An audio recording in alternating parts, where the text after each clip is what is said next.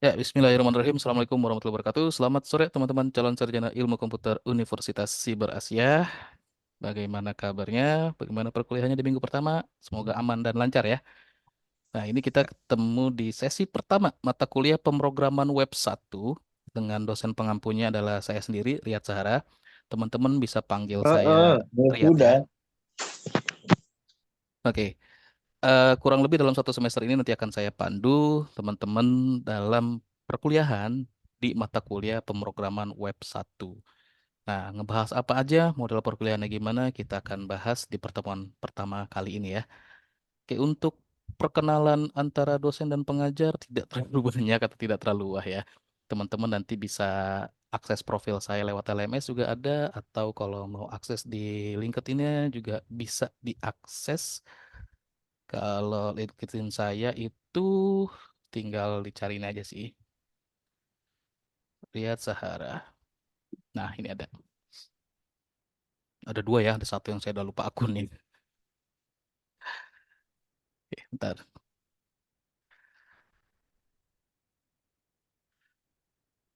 Oke, saat ini saya sebagai dosen tetap di Universitas Siber Asia. Terus saya juga salah satu karyawan juga di salah satu instansi pendidikan tinggi.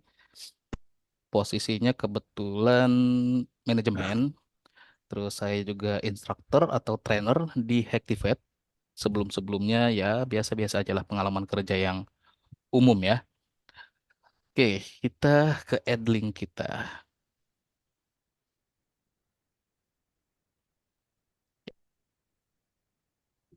Terlalu kecil nggak?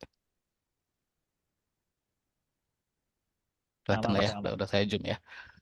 Oke, pada saat teman-teman berkuliah, teman-teman kan sudah dientrikan KRS-nya, terus ada beberapa mata kuliah yang akan diikuti atau dijalani selama kurang lebih di dalam satu semester ke depan. Nah, teman-teman nanti bisa aksesnya di ruang kuliah ya. Salah satunya ini adalah mata kuliah pemrograman web 1. Nah, mata kuliah pemrograman web 1 itu mata kuliah yang ngapain, ngebahas apa gitu, hasil pembelajaran itu seperti apa. Nah, teman-teman di sini ada deskripsi mata kuliah ya. Biasanya dosen ini akan update atau share informasi sedikit deskripsi mata kuliahnya pada LMS-nya. Contohnya seperti ini. Di panel sebelah atas ada keterangan ini adalah mata kuliah yang sebagian besar ini akan berupa latihan insentif yang dimana ini tujuannya adalah meningkatkan kemampuan mahasiswa membuat program berbasis web menggunakan HTML dan CSS yang berjalan di platform browser web internet. Dan ini akan digunakan untuk melakukan transformasi atau komunikasi menjadi informasi. Nanti ada latihan-latihan juga yang mana itu ditujukan untuk menerapkan prinsip pemrograman dalam pembuatan aplikasi halaman web. Jadi ini masih front end, belum back end-nya. Back end-nya nanti teman-teman akan dapat di mata kuliah pemrograman web 2. Oke, kita ke RPS. Nah, kalau RPS ini rencana pembelajaran semester yang ini teman-teman juga bisa download sebenarnya ya. Kalau teman-teman akses LMS di bagian sesi pembelajaran, nah ini ada tujuan instruksional umum pada bagian RPS nih. Ada apa ini capaian-capaian yang akan di-achieve atau targetnya untuk setiap pertemuan. Teman-teman bisa lihat, nanti juga akan saya jelaskan, atau bisa di-download aja berkasnya, lampiran atau file RPS-nya. Rencana pembelajaran semester itu isinya kegiatan kita dalam kurang lebih satu semester ke depan ya. Ada pustaka yang digunakan, ini lumayan pustakanya. Terus kalau virtual lab, nah ini belum diupdate ya, nanti akan diupdate. Ini kita virtual lab itu sebenarnya kalau untuk HTML nggak ada ya, karena bukan pemrograman yang butuh compiler. Nah, virtual lab-nya jadi tidak disediakan. Virtual lab itu kita bisa pakai ya perangkat kita aja, karena untuk nge-running file HTML cukup dengan menggunakan browser sudah bisa di-running ya. Nah, kita ke RPS-nya, karena di RPS ini kita akan lihat CPL Prodi, terus CPMK, terus ada sub CPMK-nya, sama korelasi CPMK terhadap sub CPMK. Ada bahan kajiannya yang akan kita bahas selama kurang lebih satu semester, pendukung, terus ada penilaian, bentuk, metode penugasan pembelajaran, materi pustakanya, sama bobot penilaian per pertemuan yang itu nanti akhirnya jadi nilai akhir teman-teman semua. Nah, model perkuliahan di Unsia ini tidak KRPS beda. Saya jelaskan aja. Jadi teman-teman akan menjalani kurang lebih satu semester itu adalah 16 kali pertemuan, di mana 7 kalinya di pertemuan pertama adalah penyampaian materi atau perkuliahan mode asinkron dan sinkron. Lalu ada lagi pertemuan ke-8 itu adalah ujian, ujian tengah semester. Pertemuan ke-9 sampai ke-15, 7 pertemuan lagi itu adalah mode perkuliahan lagi ya, atau mode pembelajaran, mode penyampaian materi dalam mode asinkron dan sinkron. Di pertemuan 16 terakhir itu adalah ujian akhir semester. Jadi totalnya adalah 16 pertemuan, 14-nya materi, 2 kalinya ujian. Dan ini adalah sudah standarnya dari Dikti. Semua proses pembelajaran, semua proses bisnis yang ada di Unsia itu mengacu kepada Standar Nasional Pendidikan Tinggi, SNPT. Yang mana itu yang disusun dibentuk oleh Dikti ya. Jadi kita ikutin semuanya. Termasuk kayak jumlah SKS atau bobot SKS yang ditentukan dari kedalaman dan keluasan materinya. Contoh untuk mata kuliah pemrograman web 1 ini 3 SKS karena memang kedalaman sama keluasan materinya cukup banyak dan aktivitas yang dilakukan juga cukup banyak sehingga SKS-nya bobotnya adalah 3. Nah, untuk satuan SKS itu sebenarnya bukan 50 menit ya. Mungkin banyak yang beredar satu SKS itu adalah 50 menit dalam perkuliahan. Tidak. Untuk mode PJJ seperti ini, satu SKS itu kalau kita ekuivalenkan dengan satuan waktu ya. Jadi ada yang namanya EWMP, ekuivalensi waktu mengajar di perkuliahan atau belajar di perkuliahan. Itu adalah 120 menit, sorry, 170 menit. 170 menit untuk satu SKS-nya. Itu memang sudah standarnya dari perguruan tinggi, dari SNDikti. Nah, terus kita berarti 3 SKS ini belajarnya 510 menit. Harusnya seperti itu. Harusnya teorinya seperti itu. Makanya di LMS-nya dirancang. Nah, kalau misalkan kita akses LMS, kayak teman-teman, kalau di diskusi ini tampilnya semuanya ya. Jadi recently update, yang terupdate atau yang paling baru postingan itu berada paling atas. Kalau mau lihat detailnya, ada di sebelah kiri, di panel sebelah kiri, di menu sesi pembelajaran. Teman-teman nanti bisa lihat per sesinya nih, room per sesi. Ya, bagian-bagian per sesi. Contoh di sesi pertama yang ngebahas materi pengenalan dasar HTML. Kalau teman-teman lihat di sini ada kurang lebih 5 aktivitas atau 5 bahan pembelajaran yang di-share dari RPS, modul, kuis, sinkron, dan forum. Nah, ini alokasi waktunya detailnya saya agak lupa, tapi memang sudah dirancang dari 5 bahan pembelajaran ini, itu durasi waktunya adalah memenuhi unsur 3 SKS atau bobot 3 SKS sesuai dengan bobot SKS Hilang pada suara. mata kuliahnya. Kenapa? Suara saya aman kan? Aman. Mentah. Oke, lanjut. Terus kewajiban teman-teman apa selama kurang lebih dalam satu semester dalam mode asinkron? Tadi kan dijelaskan ya ada mode asinkron dan sinkron. Nah, dalam bahan pembelajaran yang diberikan itu ada 2 mode di situ. Ada yang mode asinkron, ada yang mode sinkron. Oke, yang asinkron adalah modul-modul bentuk teks dan multimedia serta kegiatan yang tidak membutuhkan waktu real atau dikerjakan secara bersama-sama dalam waktu tertentu dan ada batasan waktunya ya dan tetap berkomunikasi secara langsung antara pelajar dengan pengajar. Itu mode asinkron. Contohnya modul-modul ini kuis dan forum itu kan tidak sinkron. Lalu yang sinkron apa? Ada satu yaitu sinkron, mode video conference seperti ini. Pembelajaran dilakukan dengan video conference itu baru mode sinkronnya. Dan sinkron ada 2, ada yang langsung, ada yang tidak langsung. Yang saat ini kita sedang jalankan, ini adalah mode langsungnya dari sinkron. Mode tidak langsungnya dari sinkron adalah file recording yang nanti akan di-share ya, file recording sesi sinkron ini yang akan di-share dengan SLA-nya itu H+7 atau maksimal 7 hari setelah mode sinkron dijalankan. Jadi kalau misalkan teman-teman mau lihat hasil recording dari pertemuan pertama, bisa diaksesnya itu maksimal di pertemuan kedua, bisa disimak lagi. Itu ya. Dan yang untuk teman-teman perhatikan, tidak butuh diperhatikan dari SES ini. Karena kalau SES ini teman-teman lihat, ini juga kita nggak tahu ya parameter pengukuran dari mana, karena ini disediakan oleh vendor atau dari tim IT yang menyediakan platform belajar kita dari Siakat dan LMS-nya. Dan untuk parameter penilaiannya juga kita sebenarnya tidak dilibatkan, jadi kita tidak pakai ini. yang kita gunakan untuk nanti jadi aktivitasnya atau laporan aktivitas, laporan kegiatan teman-teman adalah dari menu laporan. Mengikuti sesi asinkronnya aja, bukan yang sinkronnya. Yang akan kita cek seperti ini. Jadi dalam sesi pertama, ini ada beberapa bahan pembelajaran atau aktivitas yang sudah di-share. Contoh ya, tadi kan ada 5. Kita lihat di sini ada 5 nih. RPS, modul, kuis, sinkron, forum. Sesi kedua dan lainnya belum ya. Nah, nanti dosennya akan merekap dari sini. Jadi rekapnya juga sebenarnya masih manual. Kalau dibuat otomatis belum bisa ngakomodir, sebenarnya bisa dibuat otomatis, tapi nanti masih ada sedikit ketidaksesuaian yang belum bisa dirubah. Itu juga dalam proses pengembangan biar nanti otomatis. Nah, yang dilihat adalah aktivitas seperti ini. Contoh Mas Toha Hussein, ini masih kosong semua. Terus ada lagi contoh Mbak Putri Indahwati nih. Dari Mbak Putri Indahwati bisa dilihat ya, berkomentar 1 kali, akses presentasi video pembelajarannya atau video materinya 100%, download sampai dengan 4 kali. Ya. Terus yang dari modul pengenalan dasar HTML. Nah, bisa dilihat nih, berkomentar 1 kali, memberikan feedback 1 kali, akses video pembelajarannya 100%, terus download modul sampai dengan 2 kali.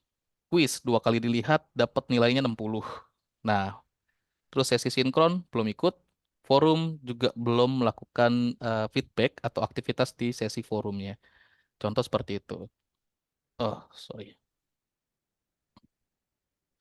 Terus lanjut lagi, ada yang kita lihat, ada nggak yang feedbacknya, sorry, ke recordnya masih belum 100% ke datanya untuk yang belum menyaksikan videonya. Banyak nih, kayak contohnya belum selesai udah close, belum selesai, tanggung ya, 98%, 96%, tapi kita nggak ngelihat dari itunya sebenarnya ya.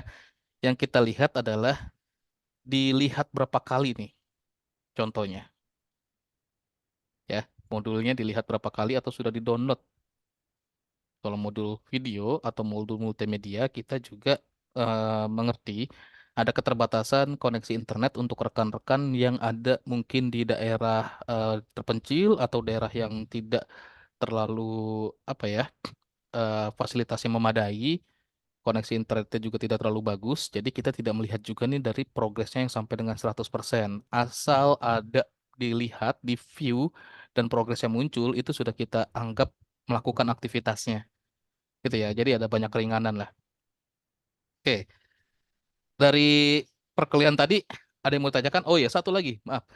Untuk presensi kehadiran, bobotnya lumayan besar ya dalam presentasi untuk nilai akhir dari sebuah perkuliahan atau dari seluruh perkuliahan. Presensi kehadiran itu 30% dari total 100% untuk nilai akhir di perkuliahan dalam setiap mata kuliah. Jadi seluruh mata kuliah itu presensi kehadirannya bobotnya 30% untuk nilai akhirnya dari 100%. Lalu ada parameter-parameter lain, tugas, UTS, dan UAS. Nah, tugas itu ada yang 25%, ada yang 30%, ada juga yang 40%, ada yang 20%, tergantung dari dosennya setting bobotnya seperti apa. Yang terpenting adalah nilai minimum atau persentase minimum dari ujiannya, UTS dan UASnya itu adalah 50%. Jadi kalau misalkan presensi kehadiran bobotnya 30%, UTS dan UAS 25-25 jadi 50%. Jadi sisanya 20%-nya adalah untuk tugas. Mau ada berapapun tugas. Tapi biasanya untuk tugas itu paling banyak 2 kali dalam satu semester. Tugas 1, tugas 2. Nah, kalau kuis itu bukan tugas ya.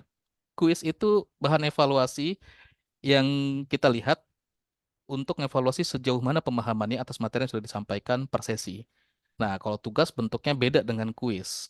Oke, kalau tugas itu biasanya esai, deskripsi bentuknya, bisa mengerjakan proyek atau bisa menyelesaikan sebuah studi kasus atau menyelesaikan sebuah masalah, apapun bentuknya, tapi bukan pilihan ganda, bukan benar salah.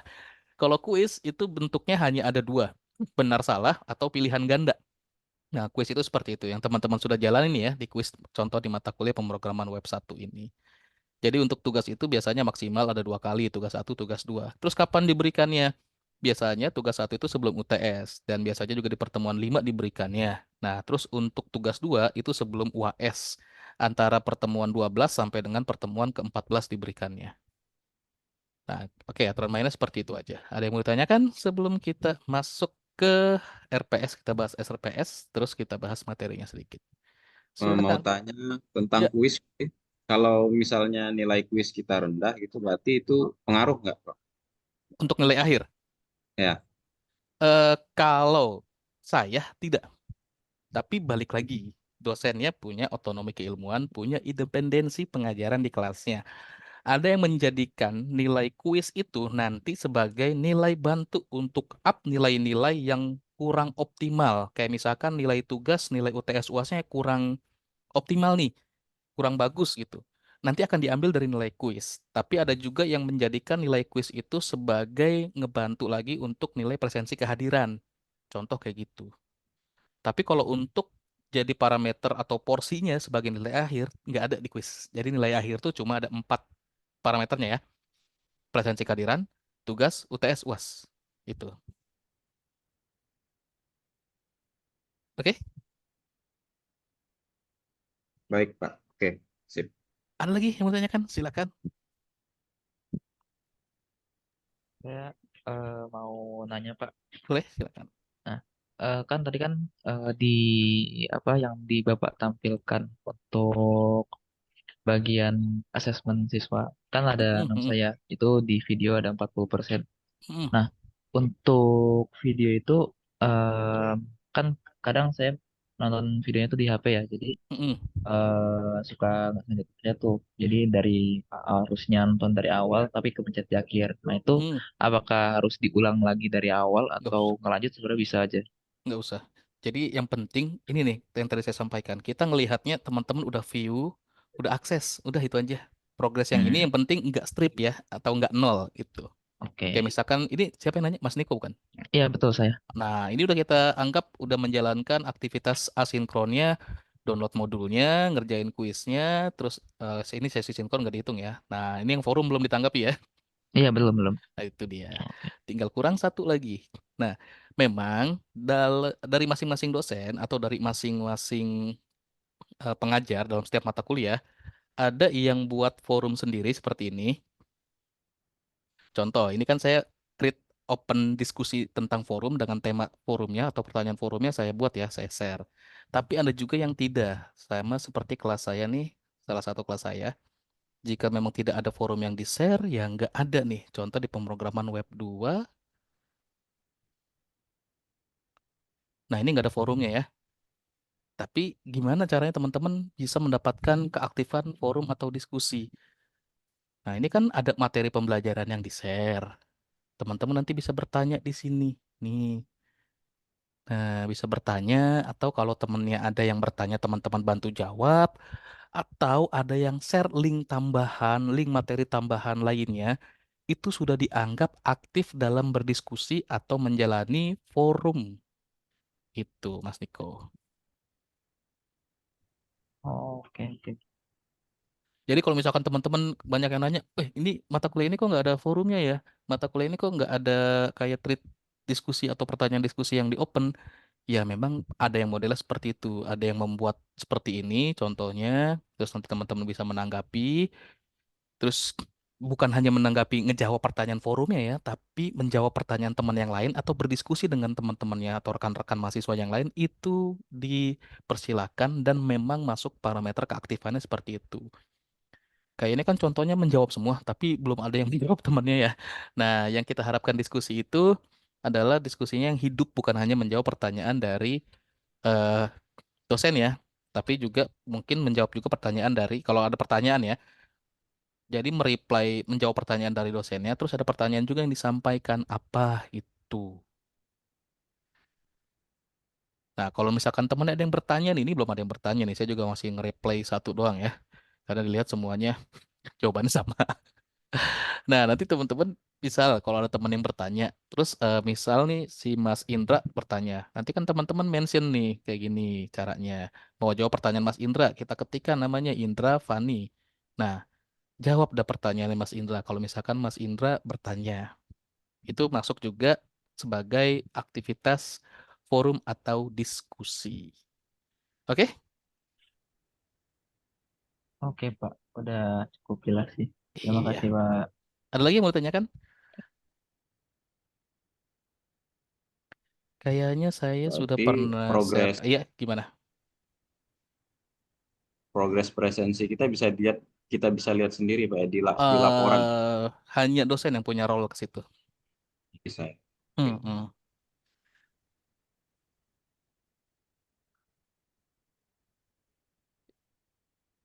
Ada lagi? Silakan.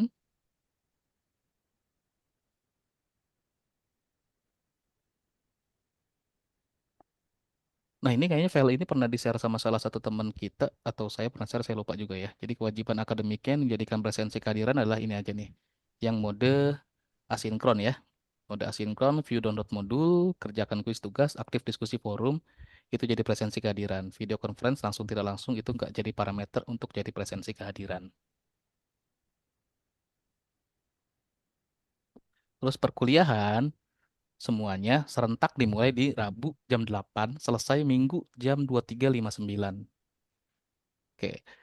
Terus video conference itu tidak harus sama dengan jadwal yang ada di Siakat karena ada keterbatasan room atau host dari Zoom-nya yang premiumnya. Jadi kita pasti akan cari jadwal yang kosong dan minimal untuk pelaksanaan video conference itu di-share 1 hari sebelum pelaksanaan video conference di LMS oleh dosennya.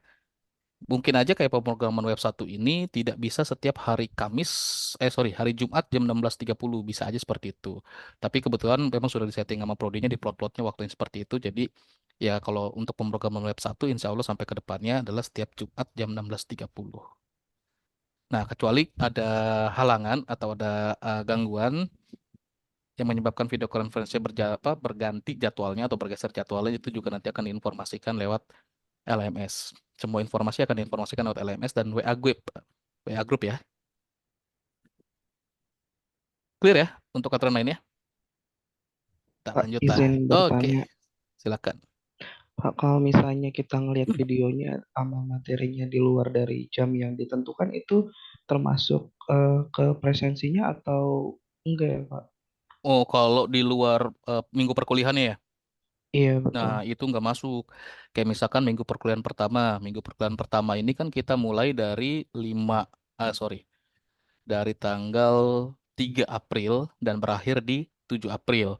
Teman-teman ada yang akses di Senin, tanggal 8 April. Nah, itu sudah tidak masuk.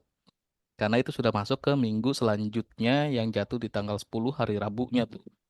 Walaupun kan kuliahnya dimulainya nanti Rabu. 8-9-nya kan belum ada perkuliahan tuh. Contoh Senin Selasa belum ada perkuliahan, Rabu baru mulai lagi sesi selanjutnya. Nah, itu tetap dianggap sudah lewat dari minggu perkuliahan kita yang kita setting di dari Rabu jam 8 pagi sampai dengan Minggu jam 23.59 malam. Gitu ya. Jadi diperhatikan jangan sampai lewat. Jadi mengikuti jadwal minggu ini misalnya ya, Pak. Mm-mm, Oh, betul. ya, makasih, Pak. Tuh, oke. Ada lagi yang mau tanyakan?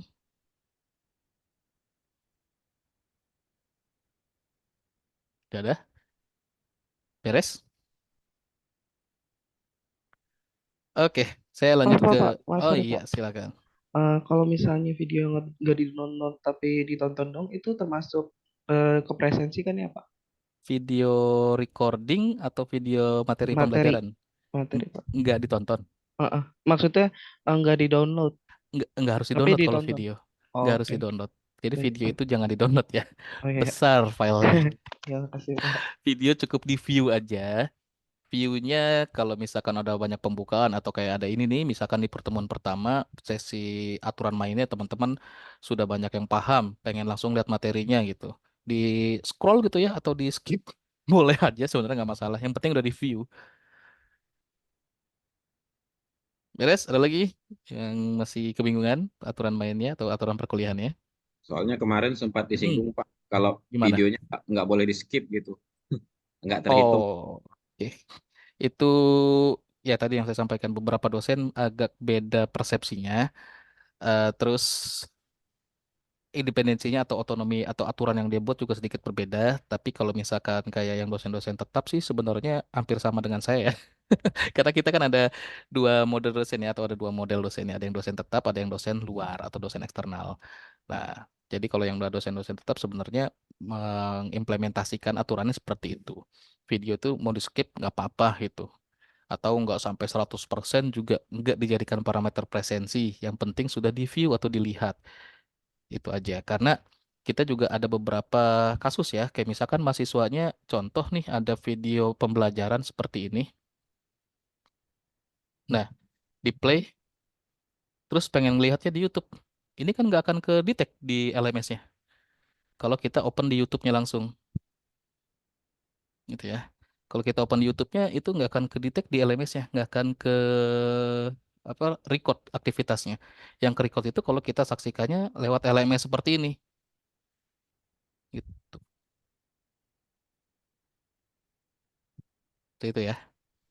Jadi kita alternatif atau menjaga preventif kalau misalkan ada mahasiswa atau pelajar yang open di luar sistem LMS-nya untuk video. Karena setiap video yang ada di LMS itu juga sebenarnya source-nya dari YouTube. Di LMS itu hanya di frame aja atau di embed aja. Sip ya?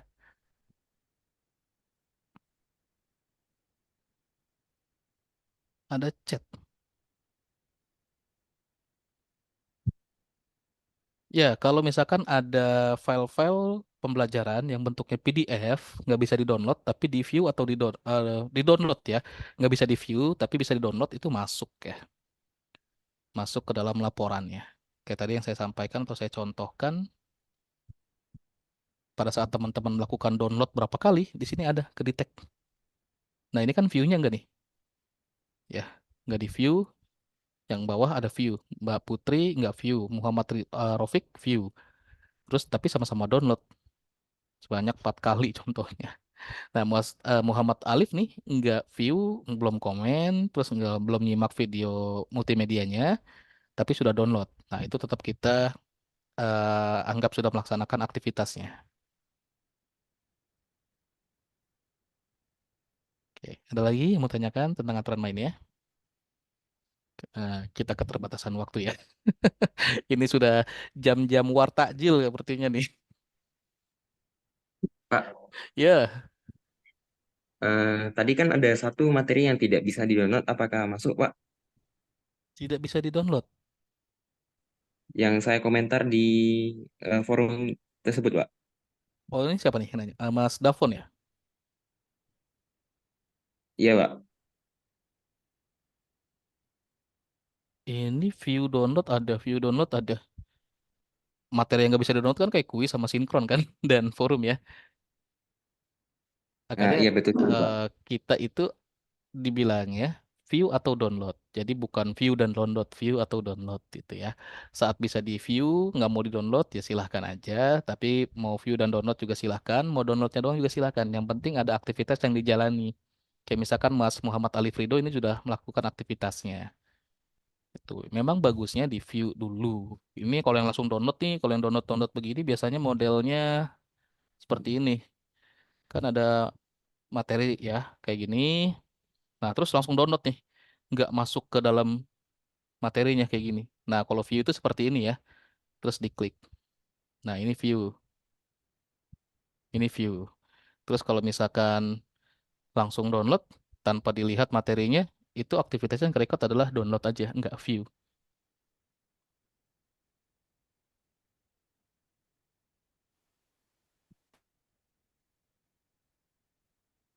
Oke, ada lagi yang mau tanyakan? Silahkan. Kalau masih ada.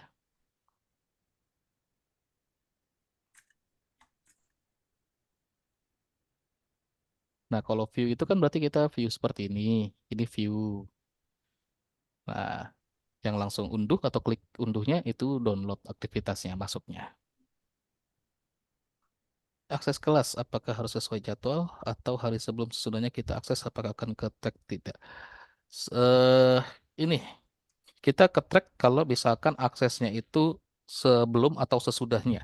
Jadi bagusnya teman-teman tetap aksesnya sesuai jadwal. Dari Rabu jam 8 pagi sampai dengan Minggu jam 23.59 ya. Karena biasanya juga dosen akan share materinya di Rabu. Nggak harus jam 8 sih, pasti Rabu itu banyak yang share. Kayak saya juga kalau misalkan sudah berjalan, saya biasanya nge-share materinya dari hari Senin udah saya share. Ya teman-teman mau aksesnya per hari Senin, kalau bisa jangan. Hari Rabu aja ya, jalanin aktivitasnya. Tuh. Kalau dosen kan keperluannya takutnya lupa atau gimana. Jadi dia langsung nge-share, nggak disetting untuk mau di-share-nya kapan. Biasanya langsung dia share saat ini atau share sekarang. Karena kalau untuk nge-share-nya terjadwal itu ada settingannya lagi.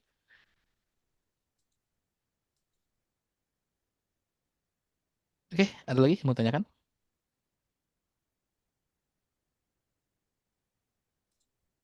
Beres? Kita masuk materi dikit ya. Masih ada di chat. Untuk mengikuti video conference, apakah ada pengaruh ke nilai kehadiran?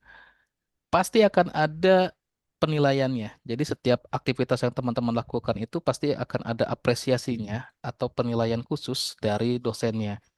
Karena presensi kehadiran itu sebenarnya terdiri dari beberapa aspek penilaian, dari keaktifan, terus dari kedisiplinan, terus dari sikap, itu masuknya ke dalam poin atau porsi presensi kehadiran. Dan itu kita dapetinnya dari gimana cara teman-teman bersikap, terus dari gimana cara teman-teman berkomunikasi, serta kedisiplinan yang kita lihat, baik itu dalam akses materinya, ataupun menjalankan setiap aktivitas yang jadi kewajibannya teman-teman. Itu pasti akan ada nilainya ya.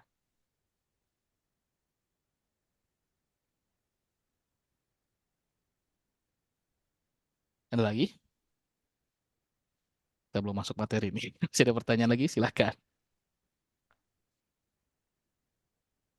Aman ya? Oke, sementara saya agak aman dulu dah. Nanti kalau yang ditanyakan boleh langsung eh resen atau aktifkan voice-nya atau di chat boleh. Nanti akan saya baca ya.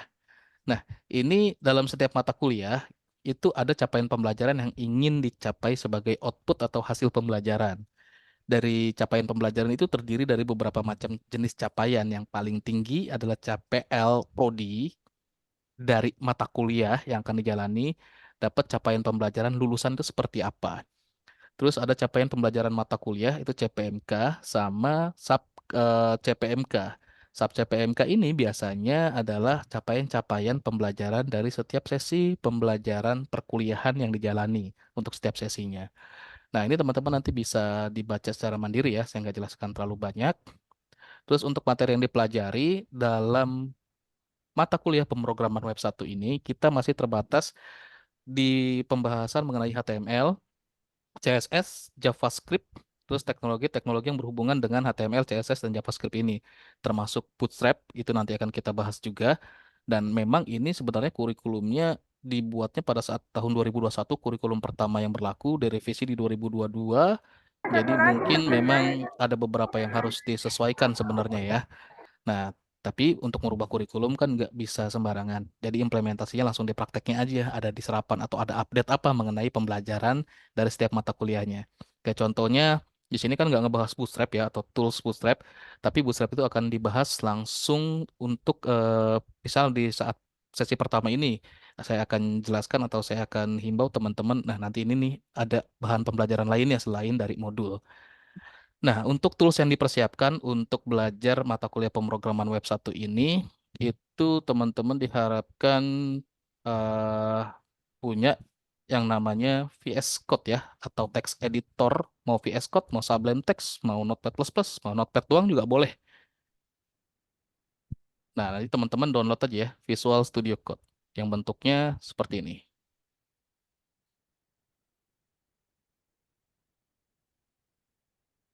Oke. Nah, ini tools yang kita gunakan, Visual Studio Code. Yang kedua adalah browser untuk running file HTML-nya. Jadi cuma ada dua toolsnya, text editornya bebas, mau pakai VS Code, mau pakai Notepad++, atau mau pakai Sublime Text, masih ada, silakan dipergunakan. Terus kalau misalkan pengen online aja, ada enggak?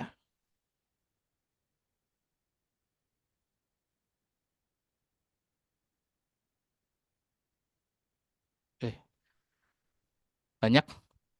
Dari Wetri School ada, Programmis ada, One Compiler ada, Tutorials Point ada, CodePen ada, HTML Online ada, silahkan dipakai. Untuk keywordnya HTML Online, IDE HTML Online, text editor HTML Online, itu bisa semua.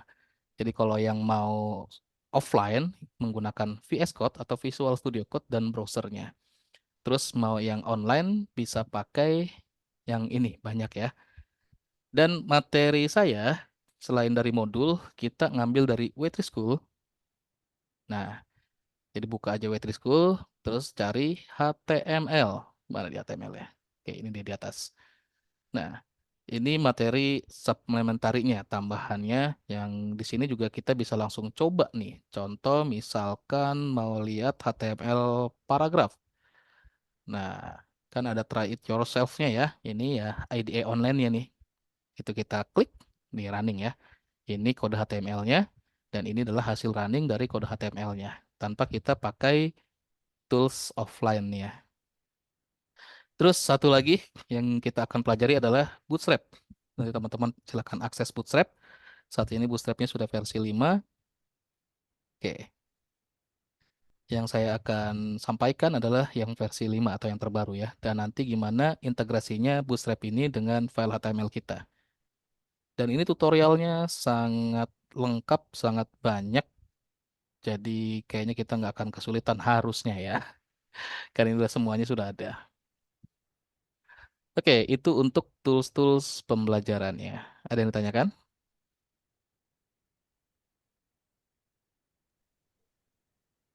Kalau dilihat historinya, teman-teman ini banyak yang sudah familiar juga dengan VS Code, dengan HTML ya. Tapi ya ada beberapa juga yang mungkin baru tahu, jadi kita tetap mulai dari basic atau dari nol ya. Nah, terus yang dibahas nanti dalam HTML itu apa aja? Dari konsepnya, terus tag elemen dan atribut, pembuatan paragraf, heading komentar, elemen link, 6 pembuat gambar dan tabel, 7 membuat list, nanti ke-8 membuat form, elemen semantik, konten video, konten audio, membuat website sederhana secara lengkap, jadi kayak portofolio pribadi atau company profile pribadi. Terus nanti konsep CSS-nya 2 kali, dan ini juga JavaScript masuk dalam CSS juga.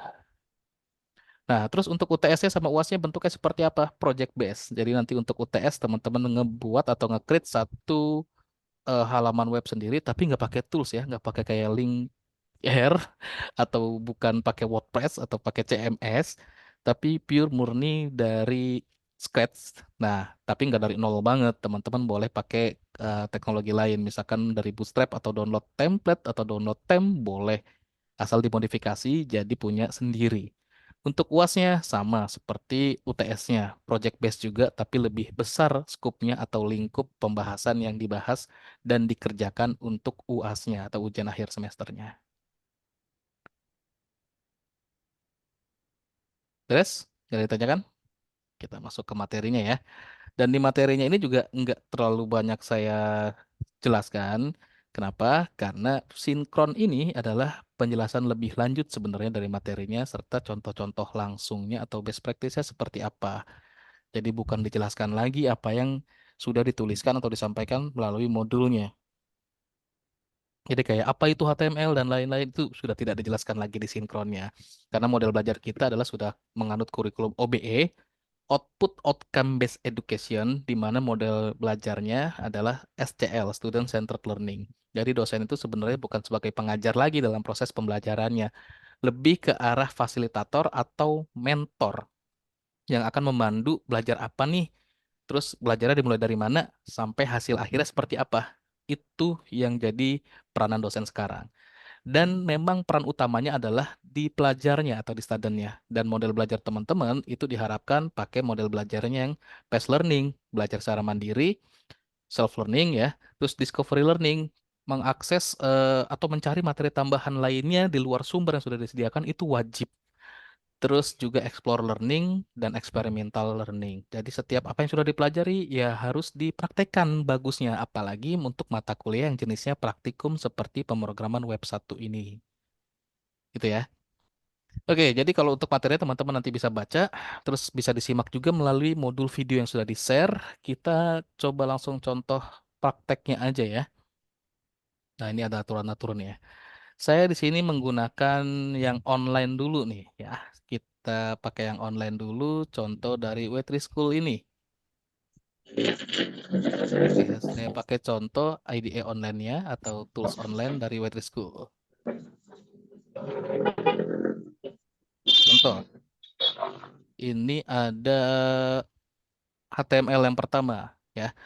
Saya sedikit zoom, aman ya kelihatan ya. Oke, Untuk susunan HTML sendiri, seperti yang dijelaskan pada modul, sebenarnya ada trik khususnya. Ini kayaknya pakai offline dulu aja ya. Nah, kalau untuk offline, contoh saya pakainya VS Code, nanti akan saya besar atau saya zoom ya. Saya open folder dulu untuk si penyimpanan praktek atau file-file HTML yang saya buat. Tujuannya apa? Biar bisa running di live server ya, kalau saya contohnya seperti itu. Misal di sini, terus di HTML, saya open foldernya, terus saya create satu dokumen, misal pertemuan satu HTML dan extension filenya nih jangan lupa HTML atau HTML atau HTM boleh. Jadi extension filenya ini penting buat menunjukkan bahwa file ini adalah bentuk file HTML. Kalau sudah di enter, nah kalau di VS Code eh, enaknya bisa ada ininya ya, ada suggestion atau autocomplete coding. Saya ketikkan satu karakter, contohnya tadi saya ketikkan cuma tanda seru dan dia ngegenerate satu dokumen HTML utuh. Nah, kalau yang manual, contoh seperti ini memang harus dijelaskan ya. Jadi HTML itu struktur codingnya yang pertama kita buat ada yang namanya di modul sini ya. Nanti kalau teman-teman mau lihat struktur dasar HTML ada di sini. Jadi ada bagian deklarasi, tapi ini juga nggak penting juga dibuatkan. Yang penting itu adalah tag pembentuk HTML. Contoh untuk menunjukkan ini adalah dokumen HTML, kita butuh tag HTML. Nah, kalau di VS Code tinggal di tab aja sebenarnya ya. Terus kita tutup, dia akan otomatis ada tag tutupnya. Jadi untuk tag HTML di dalam bahasa HTML atau dalam kode HTML itu ada yang namanya tag buka, tag tutup, tapi nggak selalu ada tag tutupnya ya. Sebagian besar ada tag buka dan tag tutupnya. Contoh, ini adalah tag pembuka untuk dokumen HTML. Yang di bawahnya adalah tag penutupnya, ditandakan dengan ada slash-nya untuk tag tutupnya. Lalu ada bagian head. Nah, bagian head ini menunjukkan bagian atas atau kepala dari dokumen HTML-nya, di mana di dalam head ini biasanya ada title. Dan title ini kita buat untuk judul tab atau judul website kita. Misalkan judul tab dari website. Nah, untuk keterangan-keterangan atau konten, itu biasanya kita isikan di dalam tag-nya. Contoh, ini untuk tag title, saya buat keterangan atau judul websitenya, itu ada di dalam tag title-nya. Nah, lalu setelah tag head, ada tag body yang jadi isi atau badan dari websitenya.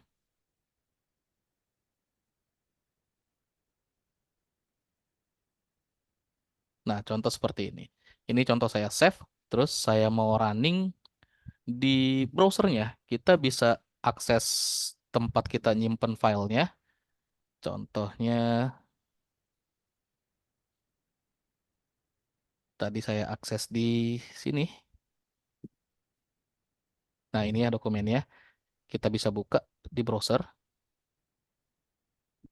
dengan bentuknya seperti ini. Kalau sudah jadinya. Jadi teman-teman bisa lihat. Nah, ini saya zoom 500 ya. Ada judul tab dari websitenya. Ini yang kita create tadi dari tag title. Dia akan muncul di bagian judul tab dari browser atau dari halaman webnya. Terus ada isi konten dari websitenya yang kita isikan atau tuliskan di bagian body websitenya. Oke, kita coba di sini. Nah, ini contohnya ada heading dan ada paragraf. Ini menggunakan tag H1, di mana ini adalah tag untuk heading atau untuk judul dari konten atau artikel, dan P ini adalah tag paragraf yang kita isikan atau kita buat biasanya untuk membuat konten jenisnya paragraf. Nah, kalau misalkan di sini page title-nya nggak kelihatan, iya, ini kan browsernya contohnya di sini ya, bukan yang contoh browser utuh kayak gini dari file HTML kita. Tapi file HTML ini masuk ke di frame sama dia atau di embed di dalam browsernya, yang nanti hasil runningnya adanya di sebelahnya ya. Kalau misalkan kita ganti page title-nya, nggak ngaruh ke atas tab ini, tapi nanti ngaruhnya dan nggak kelihatan juga di sini ya, kecuali isinya nih misalkan.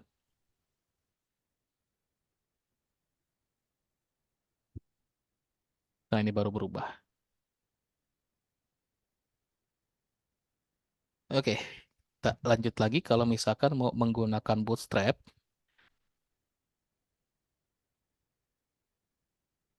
Jadi Bootstrap ini langsung dipelajari dari awal ya, kalau di sini. Nah, jadi teman-teman nanti untuk Bootstrap ini petunjuk penggunaannya ini udah lengkap sekali, tinggal diikuti aja. Mau Bootstrap-nya di-download atau mau akses via CDN-nya ini. Jadi pakai kita nggak download, tapi kita akses dari repository atau servernya. Kita tinggal copy aja repositorinya, terus dimasukkan contoh di dalam sini. Kalau saya biasanya taruhnya di bagian hit setelah title atau sebelum title. Nah, contoh seperti ini. Terus kalau mau dirapihin, kalau VS Code ini banyak extensionnya ya untuk yang kita bisa gunakan sebagai alat bantu pada saat proses developing ya. Kayak misalkan di sini saya sudah ada Beautify, tapi Beautify ini memang sudah disuspend atau tidak disupport lagi. Tapi masih saya pakai, memang masih berguna untuk rapihin konten seperti ini. Contoh seperti ini. Terus kalau misalkan kita pengen bikin lebih menarik tadi untuk typography, contoh seperti ini. Nah, kita tinggal panggil kelas-kelasnya. Contoh yang ini nih ya. Nah, kita bisa copy nih. Kita bisa copy dan kita masukkan ke dalam body websitenya. Oh, ini contohnya yang eh biasa ya, yang tanpa styling dari Bootstrap, yang di bawahnya dengan styling nih.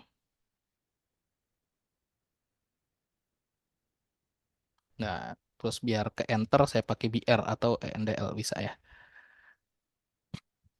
Kalau misalkan saya refresh yang ini, nah jadi berubah. Oh, yang atas untuk teksnya juga berubah ya.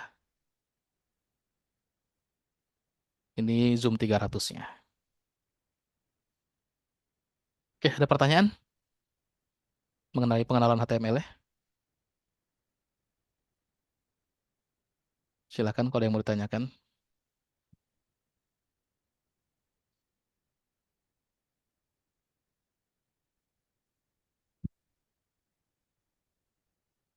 Beres? Aman ya?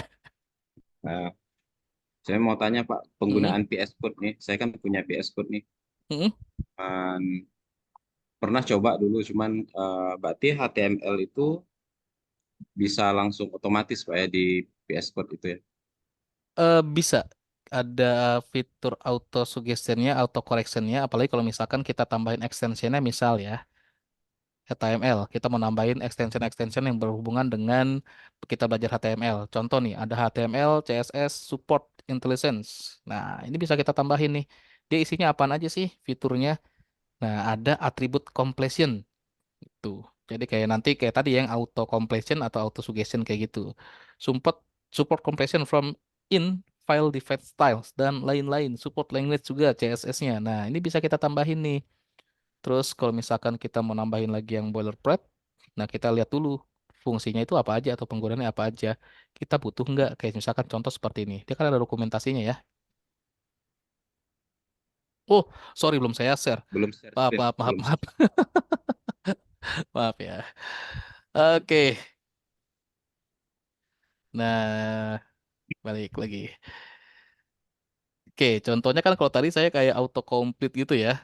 Kalau autocomplete itu, misal, tadi kan saya create dokumen, atau saya create dokumen satu lagi, namanya pertemuan satu strip satu HTML, tapi nggak dijelaskan ini dokumen HTML. Saya mau create kayak tadi, nggak muncul, ya, nggak muncul auto suggestionnya. Berbeda kalau misalkan ini sudah kita definisikan, ya, kita definisikan sebagai file HTML dengan kita berikan extension filenya HTML atau HTM. Nah, pada saat saya nanti mengetikkan satu karakter yang memang itu dibaca sebagai kode HTML-nya, terus saya tab, nah itu nanti akan ke generate otomatis. Berarti kuncinya pas di awal pembuatan nama file ya. Betul, biar dia dikenali. Makanya nanti di VS Code-nya nih, dia dikenali nih sebagai bahasa HTML ya. Nah, seperti ini. Kalau misalkan kita mau tambahin extension ya buat support kita kode HTML, kita bisa tambahin extensionnya. dengan ketikan HTML di sini di bagian extension, ketikan HTML, enter.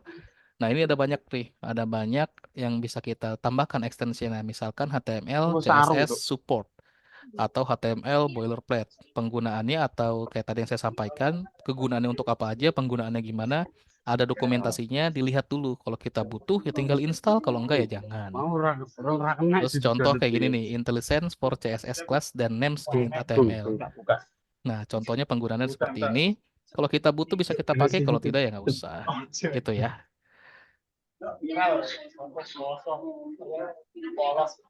Clear ya? Terima kasih. Oke, terus ada fitur yang lain. Sebenarnya kayak gini nih. Teman-teman nanti sebenarnya bisa akses kayak gini. Banyak banget yang ngebahas masalah HTML ini di internet. Nggak khawatir kekurangan modul atau kurang sumber belajar atau referensi ya. Misalkan extension wajib HTML VS Code keluar semua nanti. Nah, ya nanti bisa kita install nih di VS Code kita. Ada banyak banget ya. Kalau mau cari di YouTube juga nanti akan ada nih. Nah, tuh ya, keluar semua. Apalagi dari si Mas Sandika Gali nih, ya, yang banyak teman-teman akses mungkin pada saat belajar HTML itu, teman-teman juga bisa simak lagi. Oke ya, ada lagi yang mau ditanyakan? Silahkan.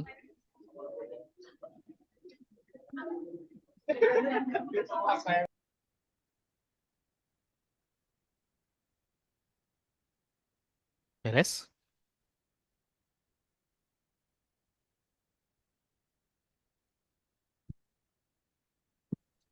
Pak, Yuk, Mas Faiz, izin bertanya, Pak.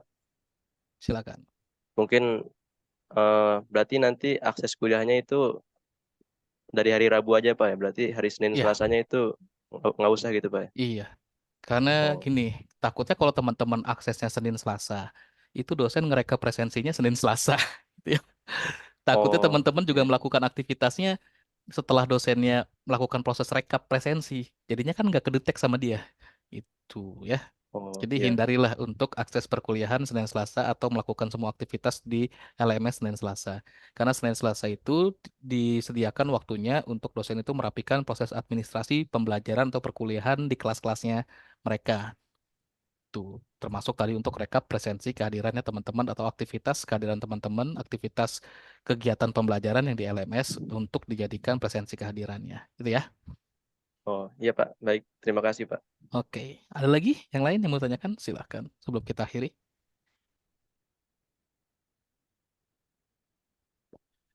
Oke, untuk WhatsApp grup saya baru ada WhatsApp grupnya kelas apa ya? Saya kayaknya belum di-invite. Saya boleh di-invite nanti ke WhatsApp grupnya karena itu nanti jadi sarana komunikasi kita. Santai aja sih ya, nggak Saya usah ada terlalu. bikin, Kak. Cuman saya lupa nomor WA-nya Bapak. Oh, nomor WA saya. Saya share di chat ini ya, chat Oke. Zoom. Oke, tuh. Di LMS sebenarnya ada nomor HP saya juga. Jadi silakan aja di-invite. Jadi dosen-dosen kelasnya kalau bisa di-invite ke dalam grup WhatsApp-nya. Jadi biar komunikasinya bisa berjalan baik ya. Kayak misalkan contoh kalau saya sebenarnya di LMS sudah ada ya. Kalau teman-teman cari biodata saya atau diklik, oh di profilnya ya. Kalau lihat di profilnya, kok nggak ada sih. Ini sudah saya upload udah. Teman-teman bisa ngeliat nggak sih kalau di LMS itu profil dosen?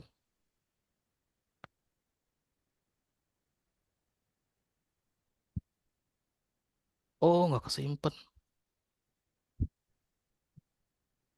Oke, ini udah saya simpan ya. Dan di grup chat, di chat Zoom juga udah saya share nomor HP saya. Jadi silakan saja di-invite. Dan bagusnya memang untuk dosen pengajarnya di-invite ke dalam WA grup kelasnya. Tapi biasakan di ini dulu, dihubungi dulu atau dikontak dulu aja, permisi gitu. Atau ya kita tetap respect lah sama masing-masing teman-teman mahasiswa ataupun dengan pengajarnya. Itu aja ya. Saya sudah tes nomornya, Pak ya, ke Bapak ya. Oke, nanti saya reply. Sebentar Dan saya. boleh di-invite.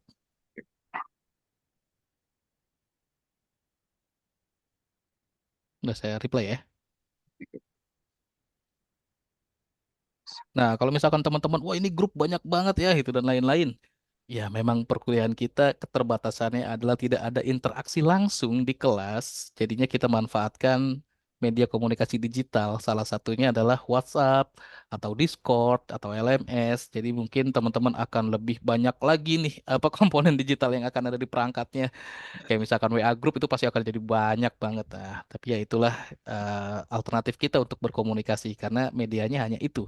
Ya, Sudah saya masukkan Pak ya nomornya ke sip. grup. Terima kasih banyak.